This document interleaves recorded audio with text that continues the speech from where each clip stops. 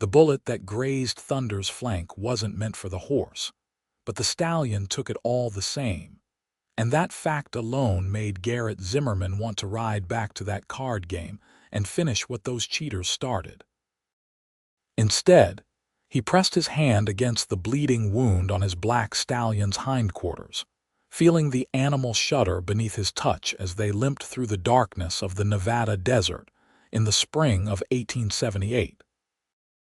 The moonlight barely illuminated the rough terrain, and Garrett knew if he didn't find help soon, Thunder would bleed out before dawn, leaving him stranded 40 miles from anywhere that mattered. He'd been riding for 2 hours when he spotted the flickering light through a cabin window, tucked against a hillside like it was trying to hide from the world. Smoke curled from the chimney, and Garrett could make out a small barn structure beside the main building. His hands trembled as he guided Thunder toward the property, hope and desperation mixing in his chest until he could barely breathe. The stallion stumbled, and Garrett dismounted quickly, taking the reins and leading the horse the last 100 yards on foot. As he approached, he noticed the property was well kept despite its isolation. A vegetable garden stretched along one side of the cabin, and several chickens scattered as Thunder's hooves crunched on the gravel. Garrett was about to call out when the cabin door swung open, and a woman stepped onto the porch with a rifle pointed directly at his chest. "That's far enough," she said, her voice steady despite the late hour. "State your business or turn around." Garrett raised his hands slowly, keeping Thunder's reins looped around his wrist. "My horse has been shot. He needs help, and I saw your light. I can pay whatever you ask, just please. I need to find a veterinarian or someone who knows animals." The woman lowered the rifle slightly, and in the lamplight spilling from the doorway, Garrett could see her more clearly. She appeared to be in her mid-20s, with long auburn hair pulled back in a practical braid. Her dress was simple, covered by a worn apron, and her green eyes studied him with a mixture of caution and curiosity. "How long ago was he shot?" she asked, stepping down from the porch. "About 2 hours. The bleeding hasn't stopped." Garrett's voice cracked with emotion. "Please, this horse. He's all I have left." She set the rifle against the porch railing and moved toward Thunder with confidence that surprised Garrett. Her hands moved over the stallion's body with practiced ease, and when she found the wound, she made a soft sound of assessment. "Bring him to the barn," she instructed. "I have supplies there. I'm Lily Ashford, and yes, I can help your horse." Garrett wanted to ask how, wanted to know what qualified her to make such a promise, but Thunder chose that moment to stumble again, and all questions fled his mind. He followed Lily to the barn, which was larger inside than it appeared from the outside. She lit several lamps, flooding the space with warm light that revealed shelves lined with bottles, jars, and instruments that looked medical in nature. "You're a doctor?" Garrett asked as she gathered supplies. "A healer," Lily corrected, filling a basin with water from a pump in the corner. "I treat animals and people when needed. Out here you learn to do both or you don't survive. What's your name?" "Garrett Zimmerman. And this is Thunder." Lily smiled at that, the first warmth she'd shown since he arrived. "Well, Thunder, let's see about saving your life tonight." Garrett watched as she worked, her movements efficient and sure. She cleaned the wound thoroughly, her fingers gentle despite the urgent nature of the task. Thunder shifted but didn't fight her, as if he understood she was trying to help. She examined the injury closely, then looked up at Garrett with a relieved expression. "The bullet went through. That's good news. It missed anything vital, but he's lost a lot of blood. I'm going to clean this out, apply a poultice, and stitch him up. You'll need to keep him still." For the next hour, Garrett held Thunder's head, murmuring reassurances while Lily worked. He found himself studying her as she concentrated, noticing the way her brow furrowed when she threaded the needle, how she bit her lower lip while making each careful stitch. Her hands never shook, not once, and gradually, Thunder's breathing steadied under her care. "How did you learn all this?" Garrett asked softly, not wanting to disturb her focus. "My father was a doctor in Philadelphia," Lily said without looking up from her work.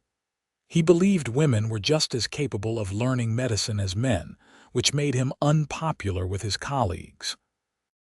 He taught me everything he knew before he died 3 years ago.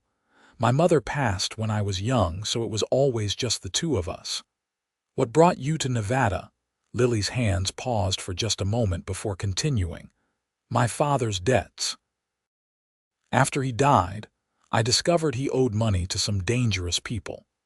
I sold everything we had, paid what I could, and left Philadelphia before they could come after me for the rest. I'd heard there were mining towns out west that needed medical help, so I came here. Bought this property cheap because nobody else wanted to live this far from civilization. You've been here alone." Garrett couldn't hide his surprise. "For 2 years now. I treat the miners when they get hurt, deliver babies for the few families scattered around these parts, and care for livestock. It's not Philadelphia, but it's mine, and nobody here cares that I'm a woman doing a man's job." She tied off the final stitch and stood, stretching her back. "There. He'll need rest and regular cleaning of the wound, but he should recover fully." Garrett felt his throat tighten with emotion. "Thank you. I don't know how to repay you for this. You mentioned payment earlier. I charge $5 for animal treatment." Lily washed her hands in the basin, the water turning pink.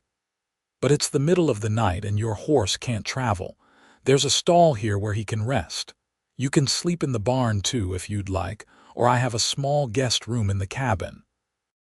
The proper thing would be to sleep in the barn, but Garrett found himself saying, "I don't want to impose on your hospitality." "It's not an imposition. Out here we help each other. Besides, I want to keep an eye on Thunder through the night. Come on, let's get him settled in a stall with fresh hay and water." They worked together to make Thunder comfortable, and the stallion seemed to understand he was safe, lying down with a heavy sigh that made Garrett's chest ache with relief. Lily showed him to a small room off the main cabin that contained a simple bed, a washstand, and a chair.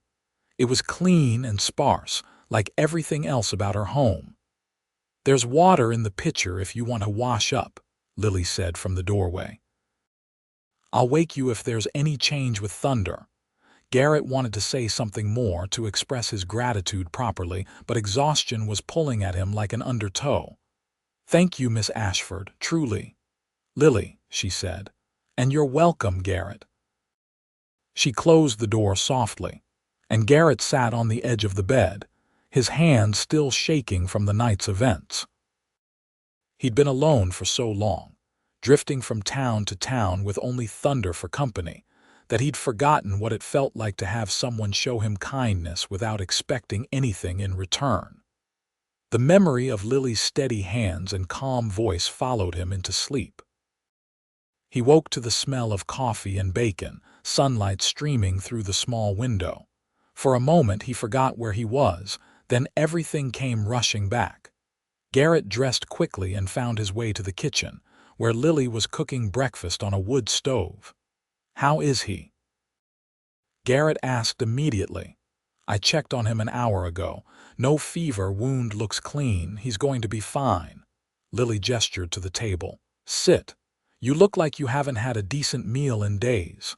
She wasn't wrong.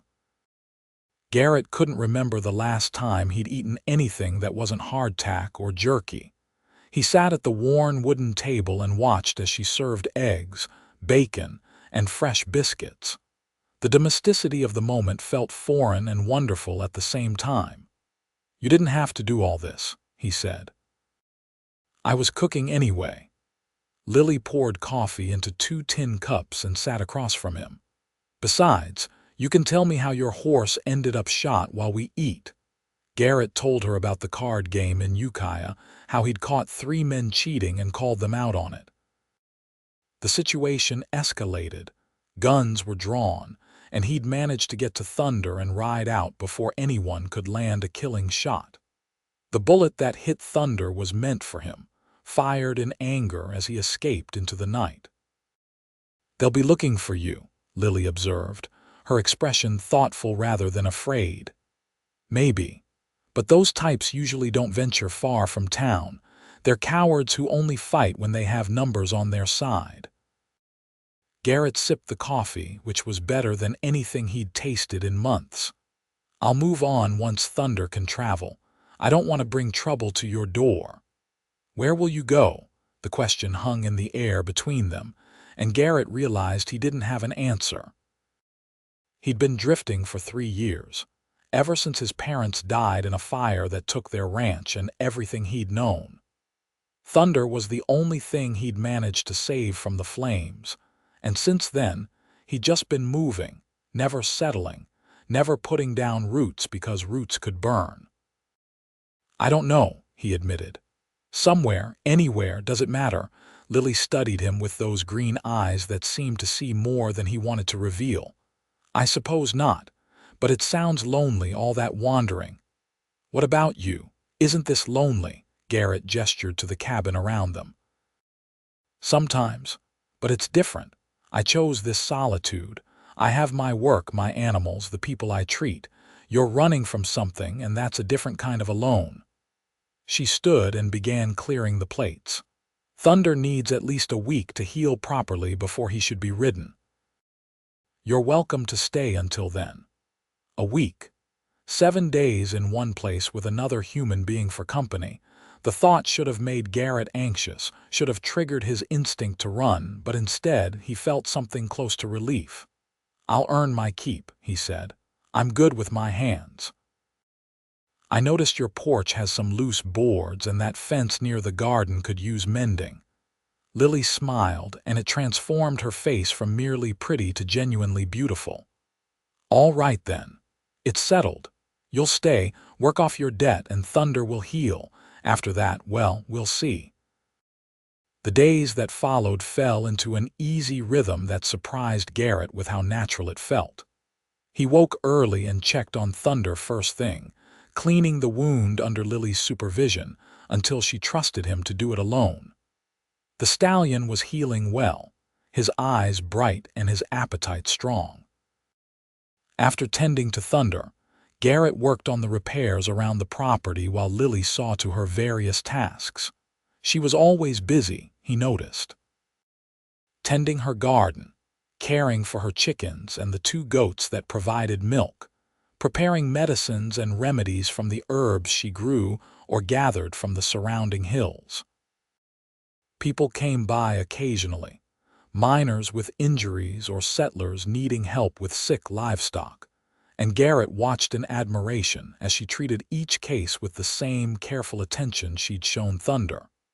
On the 3rd day, an older man arrived with a gash on his arm from a mining accident. Garrett was fixing the fence when he heard them talking, and something in the man's raised voice made him look up. The miner was swaying on his feet, clearly having lost a lot of blood, and Lily was trying to guide him to a chair on the porch. Garrett dropped his tools and ran over, catching the man just as his knees buckled. Together, he and Lily got the miner inside and onto the kitchen table. Garrett held the man steady while Lily worked, cleaning the wound and stitching it closed with the same steady competence she'd shown with Thunder. "You're good at this," the miner mumbled, his words slurred. "Better than that drunk in Ukiah who calls himself a doctor." "Hold still, Mr. Peterson, or these stitches won't hold." Lily's tone was firm but kind. "And you need to stop working those claims alone. One of these days you're going to get hurt when nobody's around to help. Can't afford a partner, barely making enough as it is." After Lily finished and sent the miner on his way with instructions for keeping the wound clean, Garrett helped her scrub down the table. "Does this happen often?" "Often enough. Mining is dangerous work, and most of these men are desperate enough to take risks they shouldn't. Lily dried her hands on her apron. Sometimes I can help, sometimes I can't. That's the hard part, knowing your limitations. You saved Thunder when I thought I'd lost him. That's not a limitation. Lily met his eyes, and something passed between them, a recognition of shared loneliness and the beginning of something neither of them had words for yet. That evening, they sat on the porch as the sun set, painting the Nevada sky in shades of orange and purple. Lily had brought out 2 cups of tea, and they drank in comfortable silence, watching the colors deepen and fade. "Can I ask you something?" Lily said eventually. "Of course." "What are you running from? You said your parents died, but there's more to it than that, isn't there?" Garrett was quiet for a long moment, debating how much to share. But something about Lily's presence made him want to be honest, made him feel like maybe he could trust someone again. "After the fire, I had nothing. No family, no land, no future. I tried to rebuild, but the ranch was mortgaged and the bank took what was left. I worked odd jobs for a while, saved some money, thought maybe I could start over somewhere new. Then I met a woman in Carson City, Rachel. She was beautiful, charming, everything I thought I wanted. We got engaged, and I gave her access to my savings to help plan our future together. She took the money," Lily said softly. "Every last dollar. Left a note saying she'd found someone with better prospects. That was 2 years ago. Since then, I've just been drifting. Doing ranch work when I can find it, playing cards when I can't. I stopped trusting people, stopped planning for anything beyond the next day. Thunder's the only constant I've had, the only thing that hasn't left or betrayed me." Lily reached over and placed her hand on his, the gesture simple but profound. "Not everyone will hurt you, Garrett, and living without trust, without hope, that's not really living at all." He turned his hand over, lacing his fingers through hers. "Is that why you hide out here?" "Because you trust people. That's different. I'm not hiding from connection. I'm hiding from debt collectors and building a life on my own terms. But I treat people when they need help. I make friends with the families around here. I'm part of a community, even if it's a small, scattered one." She squeezed his hand gently. "You're just alone." The truth of her words hit him harder than he expected, and Garrett found he couldn't speak around the sudden tightness in his throat. They sat there as darkness fell completely, hands joined, 2 lonely people finding unexpected comfort in each other's presence. The next morning, Garrett woke to find Lily already in the barn, checking on Thunder. The stallion had his head over the stall door, clearly expecting treats, which Lily was happy to provide in the form of apple slices. "Someone's feeling better," Garrett observed, scratching Thunder's neck.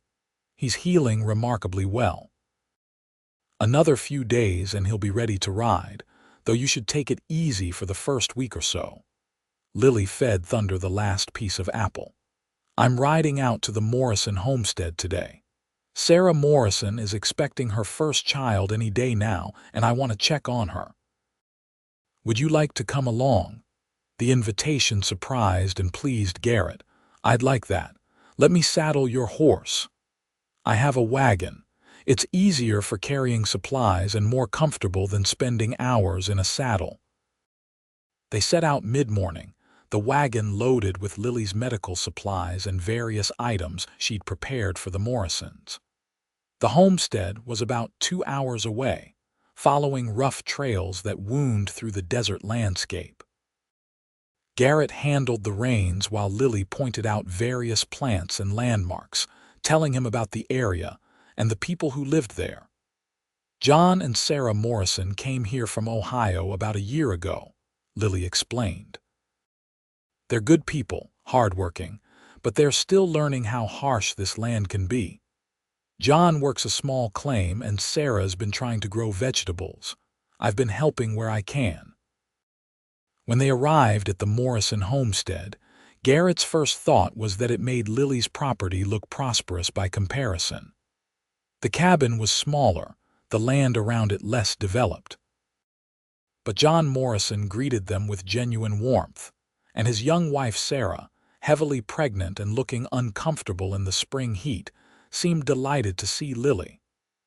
"Oh, thank goodness you're here," Sarah said, one hand pressed to her lower back.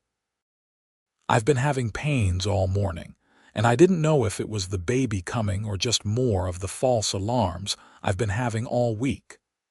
Lily took Sarah inside while Garrett stayed with John, helping him with some repairs to their chicken coop. John was only a few years older than Garrett, maybe 26 or 27, with the weathered look of someone working himself to exhaustion. "Your wife is a miracle worker," John said as they worked. "I don't know what we would have done without her out here. The doctor in Ukiah is useless when he's sober and dangerous when he's drunk. Lily's the only real medical help for Miles." "How did you end up out here?" Garrett asked. "Promised land, new beginnings, all the usual dreams. Reality's been harder than expected, but we're making it work. And once the baby comes, well, that'll make everything worthwhile." John hammered a nail into place. "What about you? Lily said your horse was injured." Garrett gave an edited version of events, leaving out the specifics of the card game. John nodded knowingly.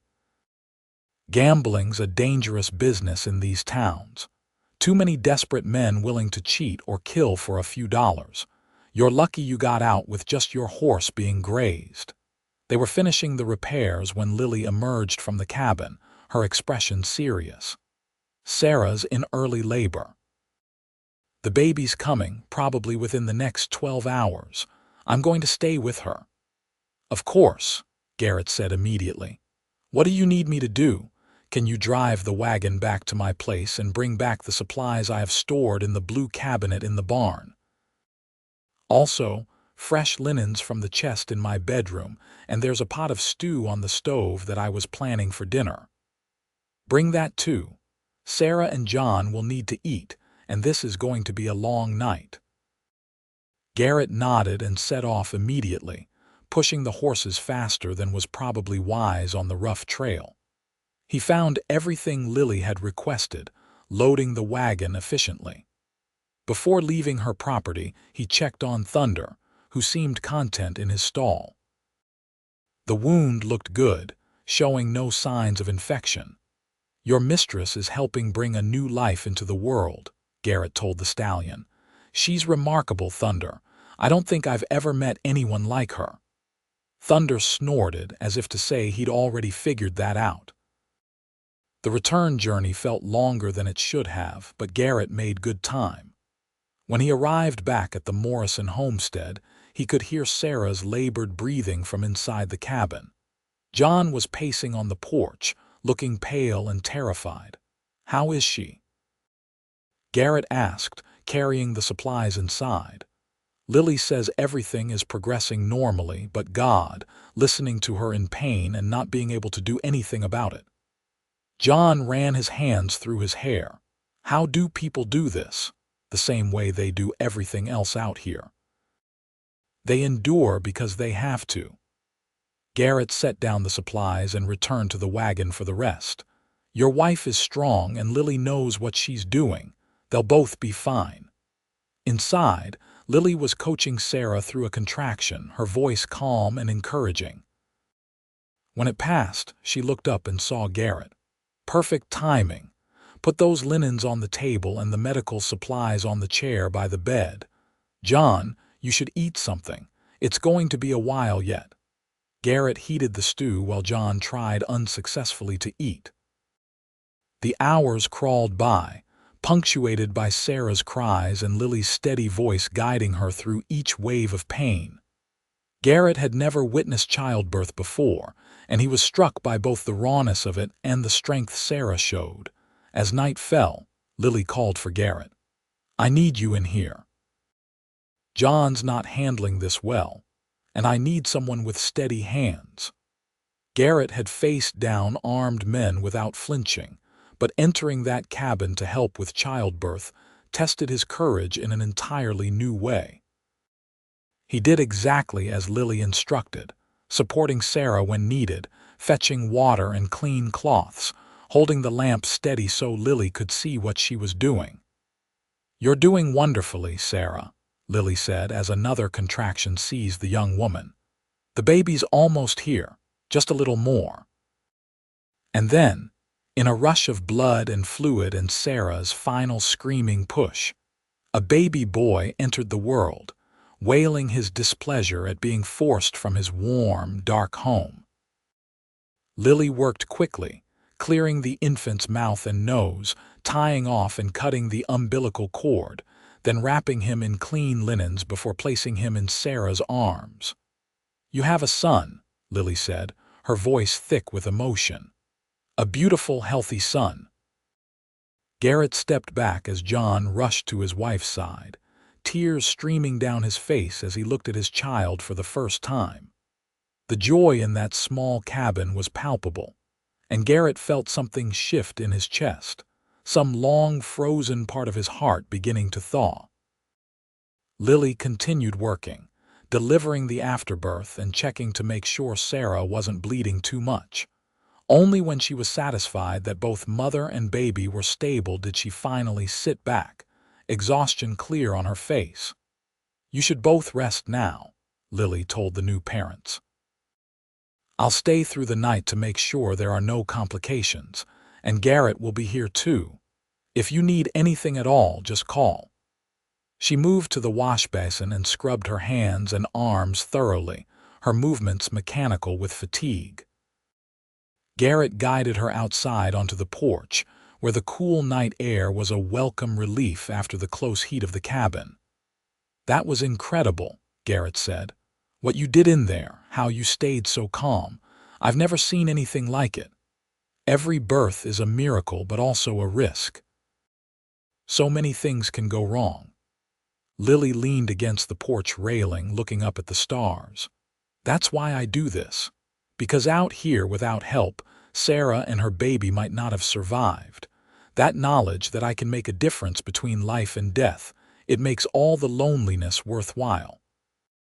Garrett moved to stand beside her, their shoulders almost touching. "You're not alone anymore, not tonight at least." She turned to look at him, and in the moonlight her face was luminous. "No, not tonight." They stayed at the Morrison homestead for 2 more days, making sure Sarah and the baby, whom they named James, were both doing well. Garrett watched Lily teach Sarah how to nurse, how to care for the umbilical stump, all the small details that first-time mothers needed to know. Her patience and kindness never wavered, even when she was clearly exhausted. On the ride back to her property, Lily fell asleep against Garrett's shoulder, the swaying of the wagon finally catching up with her after days of little rest. He drove carefully, trying not to jostle her, treasuring the weight of her head against him and the trust it represented. When they arrived home, he helped her down from the wagon, and she went straight to bed while he tended to the horses and checked on Thunder. The stallion was fully alert now, moving around his stall without any sign of a limp. The wound had healed to the point where it no longer needed bandaging, just monitoring to ensure it didn't become infected. "She saved your life, boy," Garrett murmured, stroking Thunder's nose. "And I think maybe she's saving mine too, in a different way." The next morning, Garrett woke to find Lily already up and working in her garden. He made coffee and brought her a cup, finding her on her knees pulling weeds between rows of vegetables. "You should be resting," he said, offering her the coffee. "I've rested enough, the garden won't tend itself." But she accepted the cup gratefully, sitting back on her heels to drink. "Thank you for your help with Sarah. I couldn't have managed without you." "Yes, you could have. You would have found a way." Garrett knelt beside her in the dirt. "But I'm glad I was there. I'm glad I could help." They worked together in the garden, Garrett following Lily's instructions about which plants to thin and which weeds to pull. The morning sun grew warm on their backs, and Garrett found himself thinking about what it would be like to do this every day, to have this routine, this partnership, this sense of purpose. "Thunder's healed enough to ride," Lily said, breaking the comfortable silence. "Gently, at first, but he's ready if you want to move on." The statement hung between them, and Garrett realized this was the moment he'd been both anticipating and dreading. He could leave now, get back on the road, continue his aimless wandering. Or he could stay, could choose to put down roots in this harsh, beautiful place with this remarkable woman who'd somehow slipped past all his defenses. "What if I don't want to move on?" The words came out before he could second-guess them, Lily's hands stilled in the dirt. "What are you saying?"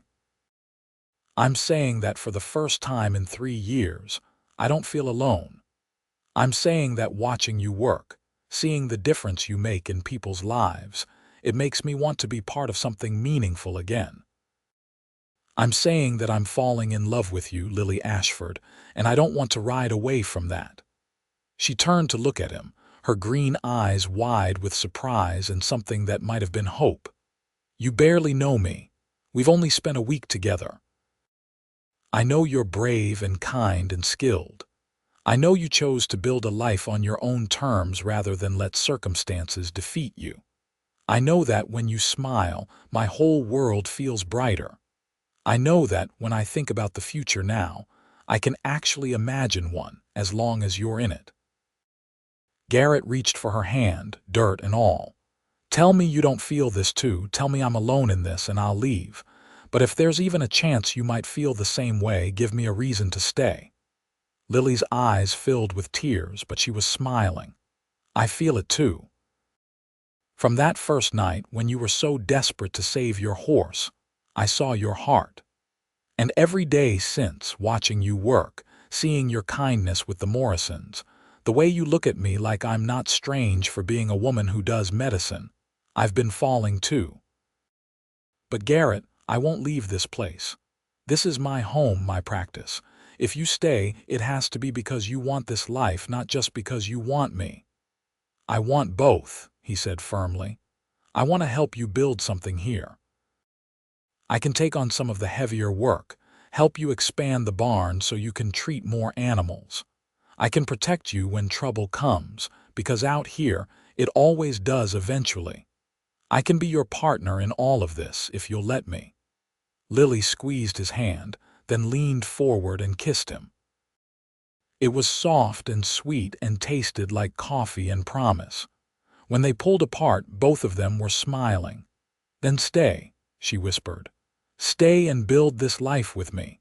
The weeks that followed were some of the happiest of Garrett's life. He threw himself into improving the property, expanding the barn just as he'd promised, building a larger chicken coop, and reinforcing the cabin's roof before the summer heat became unbearable. Lily continued her work, treating patients and tending her garden, but now they did everything together, partners in every sense of the word. They learned each other's rhythms and habits. Garrett discovered that Lily sang while she prepared medicines, soft melodies she'd learned from her mother. Lily learned that Garrett was an excellent cook, much better than she was, and she happily ceded kitchen duties to him in exchange for teaching him about healing herbs and remedies.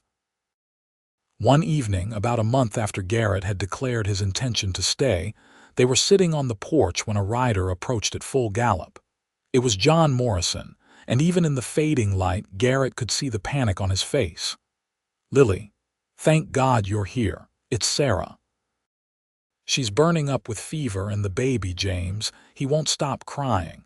Nothing we do calms him down. Please, you have to come." Lily was already moving, gathering supplies while Garrett hitched up the wagon. They made the journey in record time, arriving to find Sarah indeed running a high fever, delirious and weak. Baby James was screaming, his little face red with distress. Lily examined Sarah thoroughly while Garrett held James, walking him around the small cabin and trying every calming technique he could think of. Nothing worked until he started humming one of the melodies he'd heard Lily sing. And gradually, miraculously, the baby quieted. "It's an infection," Lily announced grimly. "From the birth. I thought we'd avoided this, but sometimes it develops later. I need to treat her aggressively or she could die." For the next 3 days, they fought for Sarah's life. Lily administered medicines, changed poultices, and monitored her patient constantly. Garrett cared for James and supported John, who was falling apart watching his wife suffer. He cooked meals, kept the cabin clean, and made sure everyone ate and slept when they could. On the 3rd night, Sarah's fever finally broke. She woke weak but clear-headed, asking for her baby. The relief that flooded through Garrett when he saw mother and child reunited was profound, but nothing compared to the exhausted joy on Lily's face. "You saved her," Garrett said as they prepared to leave the next morning, satisfied that Sarah was truly on the mend. "We saved her," Lily corrected. "I couldn't have stayed here for 3 days if you hadn't been willing to help with everything else. This is what I meant about partnership, Garrett. This is what we can do together." On the ride home, Garrett made a decision. That evening, as they sat down to dinner, he reached across the table and took Lily's hand. "Marry me," he said simply. Lily's fork clattered to her plate. "What? Marry me?" "I know it's only been a few weeks, but I've never been more certain of anything in my life. I love you, Lily. I love the life we're building together. I want to make it official, make this partnership permanent. Marry me. We can't just get married. There are things we need to discuss, plans we need to make." But Lily was smiling, her eyes bright with happiness. "So let's discuss them. What do you need to know? Where will you sleep? This cabin has 2 bedrooms, but if we're married, we share a room, share a bed." As husband and wife should. Lily blushed but nodded. "And children? Do you want children?" Garrett hadn't thought much about children before, but now, imagining a little girl with Lily's green eyes or a boy with his dark hair, he found he wanted it very much. "Yes. If we're blessed with them, yes." "Do you?" "I do. I always thought I'd have to choose between my work and a family, but with you I think I could have both." She paused, then asked the hardest question. "What if my past catches up with me? What if those debt collectors find me? Then we deal with it together." "How much do you still owe?" "About $300. It might as well be 3,000 for all my ability to pay it." Garrett had been saving money from odd jobs for years, carefully hoarding it after what happened with Rachel. "I have $200 saved." "It's yours to pay toward the debt. We'll find a way to get the rest. But Lily, even if we had nothing, I'd still want to marry you. We'd figure it out together." Tears streamed down Lily's face. "Are you sure? Are you absolutely certain this is what you want?"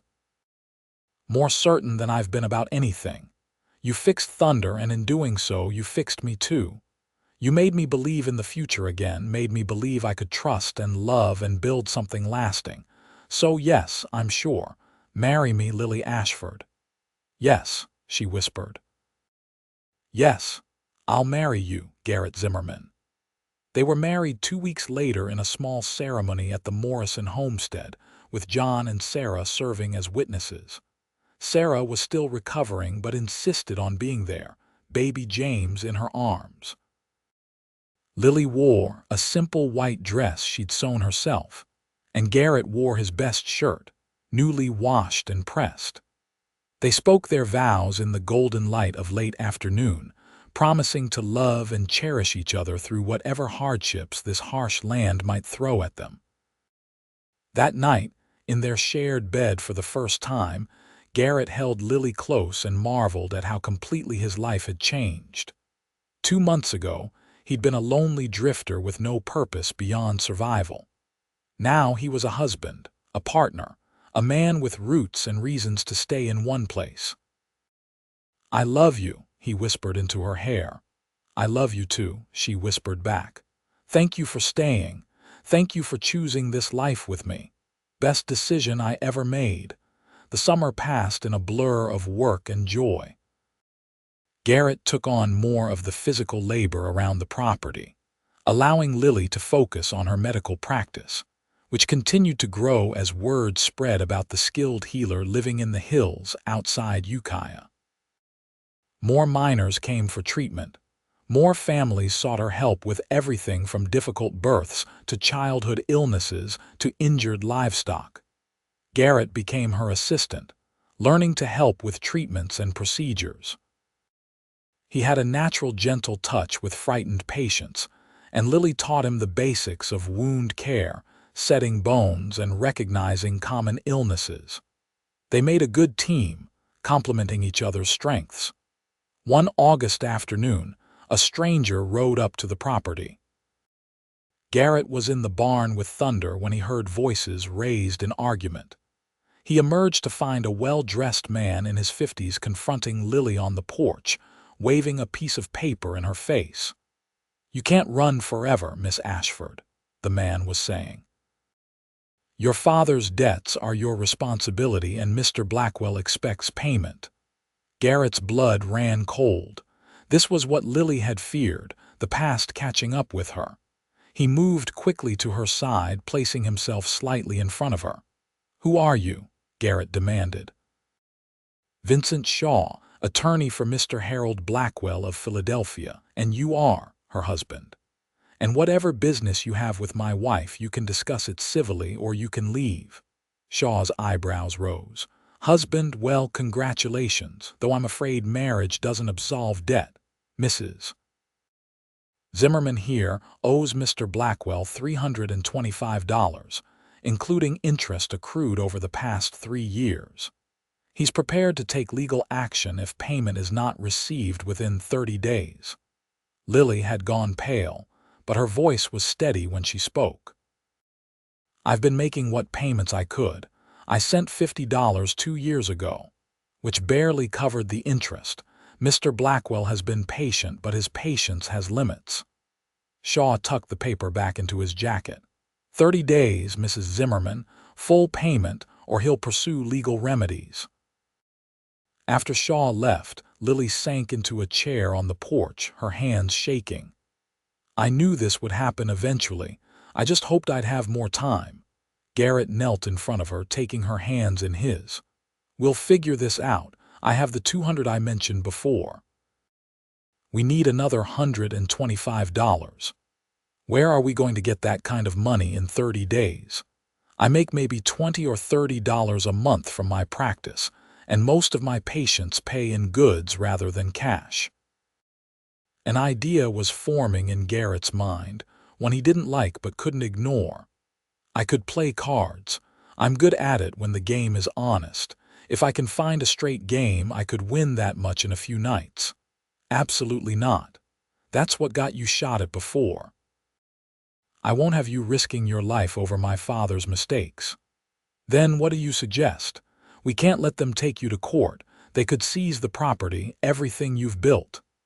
Garrett squeezed her hands. "I'll be careful. I'll play smart, stick to games where I know the players are honest. And I'll have a plan for getting out if things go wrong." They argued about it for hours, but eventually, Lily reluctantly agreed, mainly because neither of them could come up with a better alternative. Garrett spent the next week preparing, practicing his poker skills and making discreet inquiries about where to find honest games in the area. He learned about a game that ran every Friday night in a mining office in Ukiah, hosted by the mine owner himself, Richard Sterling. Sterling was known to be an honest man who didn't tolerate cheating, and the stakes were high enough that Garrett could potentially win what they needed. The night of the first game, Lily helped him dress, her hands smoothing his vest with nervous energy. "Promise me you'll be careful. Promise me you'll walk away if anything feels wrong." "I promise. I'll be home by dawn and we'll be one step closer to settling this debt." He kissed her softly. "Trust me." The game was everything Garrett had hoped for, professional and fair. Richard Sterling ran it with an iron hand, making it clear that anyone caught cheating would be banned for life and likely beaten besides. The other players were mine owners, businessmen, and a few professional gamblers, all wealthy enough that the stakes didn't represent desperation for them. Garrett played conservatively at first, getting a feel for the other players and their tells. He lost a few hands, won a few more, and gradually built his stack. By midnight, he was up $40. By 2 in the morning, he doubled that. And when the game finally broke up as dawn approached, he'd won $115. He rode home in the early morning light, exhausted but triumphant. Lily was waiting on the porch, and she ran to him as soon as she saw him approaching. "Thank God you're safe." "I couldn't sleep, I was so worried." "I'm fine, and look." He showed her the money. "One more night like this and we'll have enough." But that second game didn't go as well. Garrett's cards ran cold, and by the time the night was half over, he'd lost 30 of his previous winnings. Frustration gnawed at him, and he found himself taking risks he shouldn't, trying to bluff when he should have folded. He managed to claw back to even by the end of the night, but he hadn't won a single additional dollar. With only a week left before Shaw's deadline, Garrett had one more chance. This game would determine whether they could pay the debt or face whatever legal action Blackwell pursued. The pressure weighed on him as he sat down at the table, and his hands were sweating as the first cards were dealt. For 3 hours, Garrett ground out small wins and absorbed small losses, staying just barely ahead. Then, in a hand that felt like destiny, he was dealt 3 queens. The betting was aggressive, with 2 other players clearly holding strong cards. Garrett raised, they raised back, and soon there was over $100 in the pot. The final card gave Garrett a full house, queens over tens. One player folded, but the other, a mine owner named Daniels, kept raising.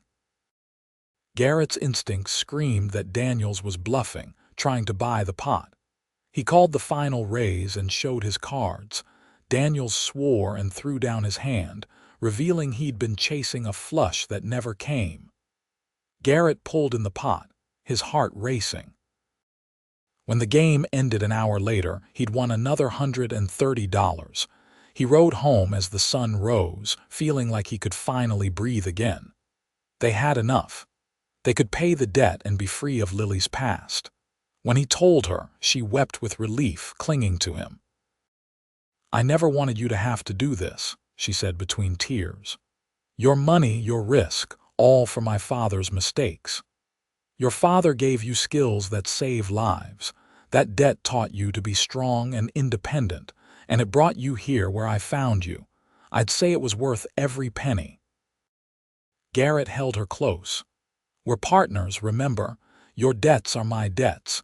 Your dreams are my dreams. We face everything together." When Vincent Shaw returned a week later, they were ready. Garrett counted out $325 on the porch table, and Shaw verified the amount before writing out a receipt. "Mr. Blackwell will be satisfied with this," Shaw said, his professional demeanor never slipping. "The debt is paid in full. You're free and clear, Mrs. Zimmerman."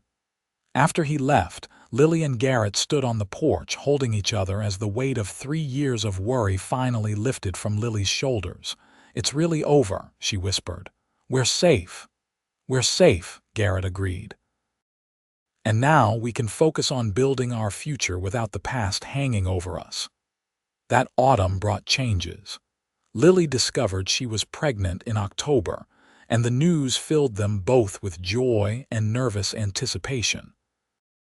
Garrett became even more protective, taking on more of the physical work so Lily could rest when she needed to.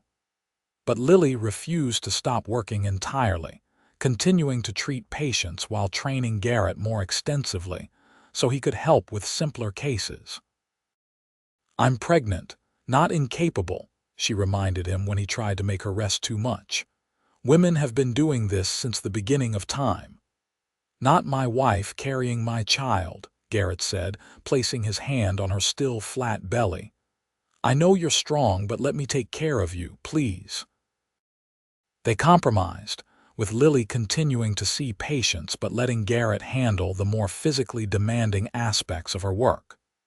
As winter approached and her pregnancy became visible, word spread through the small community, and people brought gifts, food, handmade baby clothes.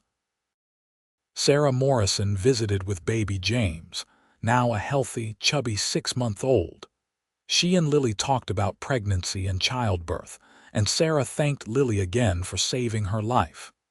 You'll be a wonderful mother, Sarah said warmly, and Garrett will be an amazing father.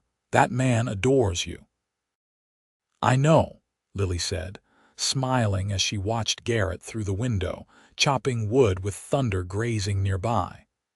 Sometimes I still can't believe this is my life, that I found someone who not only accepts what I do but supports it completely.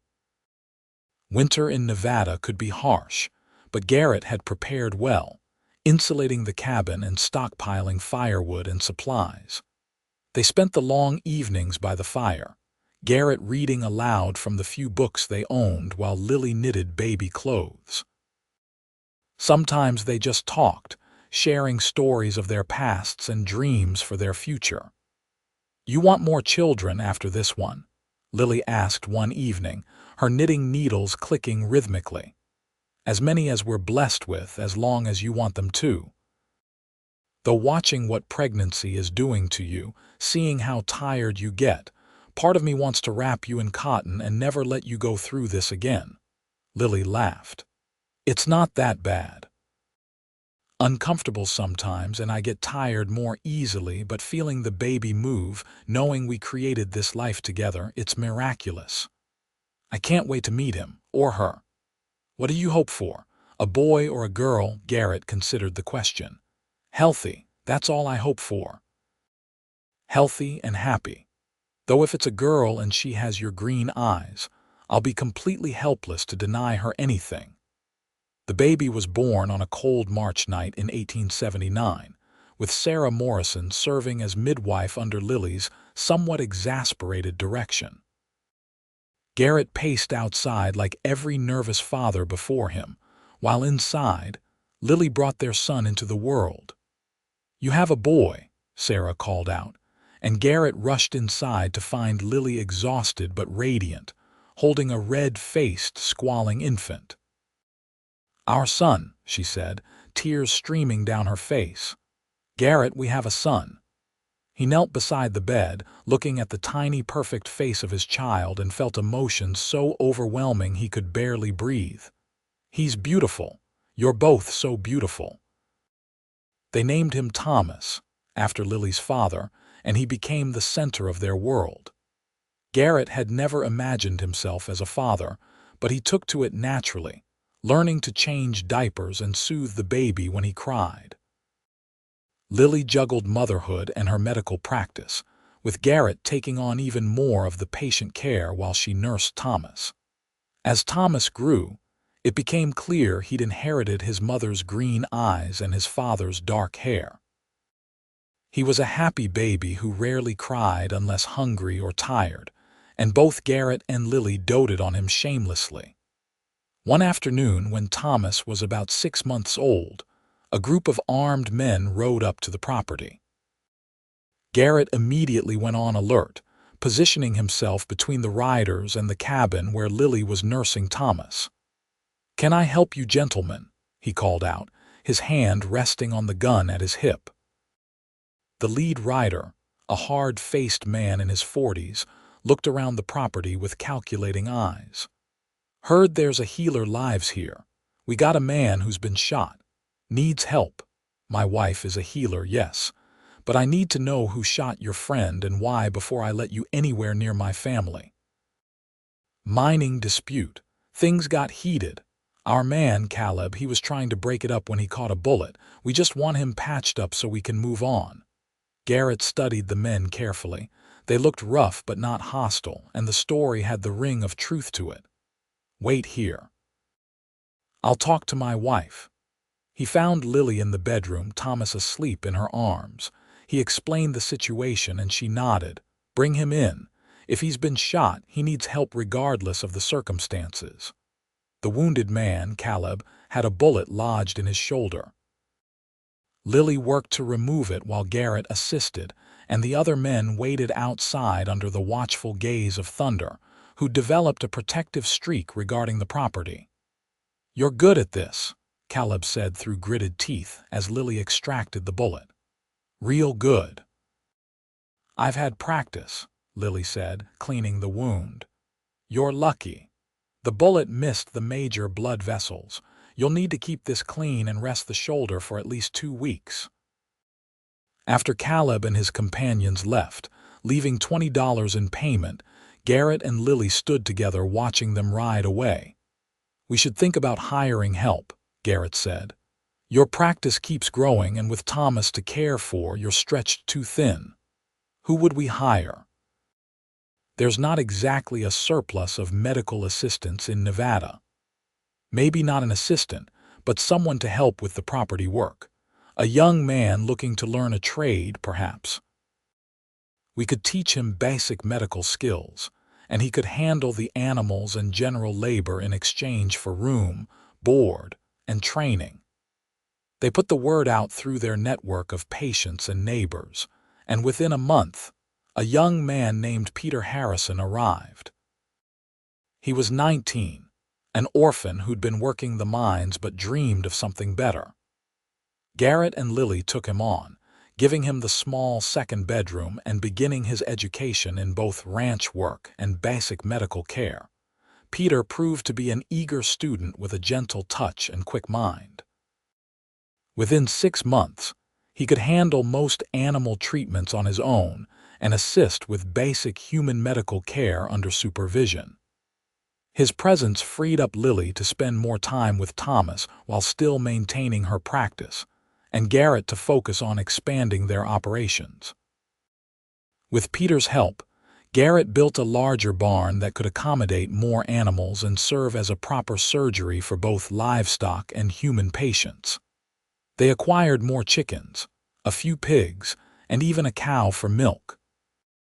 The property began to truly prosper, becoming known throughout the region as a place where both people and animals could find skilled, compassionate care.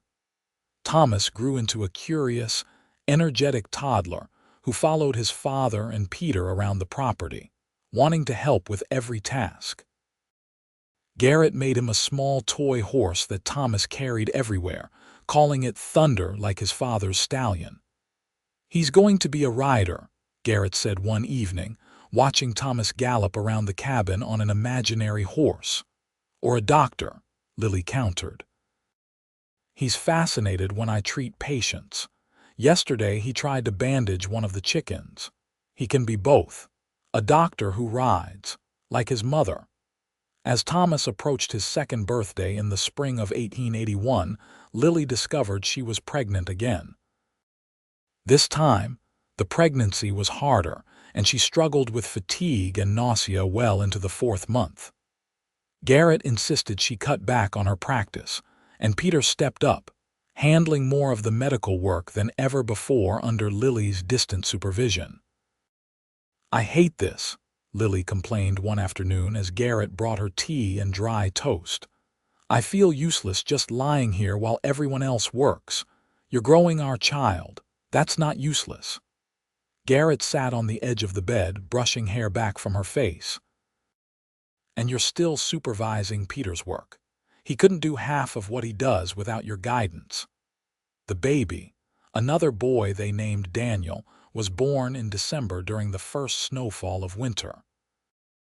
The delivery was difficult, longer and more painful than Thomas's birth, and Garrett was terrified watching Lily suffer.